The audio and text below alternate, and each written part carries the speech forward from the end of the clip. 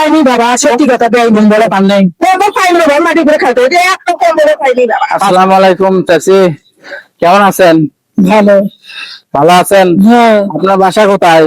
বাড়ি এখানে সেওজ গাড়ি। এখানে তো অনেক শীত পড়ছে, শীতের কোনো কাপড় গায়ে দেন নাই এখনো দেখতেছি। কাপড় চোপড় দেয় কে দিবে বাবা, আমরা গরিব মানুষ, আমরা মাসের বাড়ি চায় মেঙ্গে খাই, খেতা কাপড় কম্বল কুটি পাই। ও এই পর্যন্ত কেউ কাপড় দেয়নি। দেয় নাই?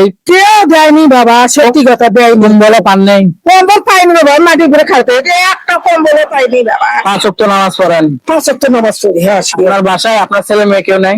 না, সোল আমার দুটো আছে আমার দেশে, ও রংপুর। আপনার দেশের রংপুর? হ্যাঁ, আমি এই ভাড়া থাকি, কাম করি বাবা। ও, কাজ করে খান? হ্যাঁ, কাম করে খাই। তো আপনার জন্য ছোট্ট একটা উপহার আনছি, নিবেন? এটা এখানে যে একটা শীতের কাপড় আছে, তো দেন। হ্যাঁ ছেলে মনে করে নেবেন, বুঝতে পারছেন?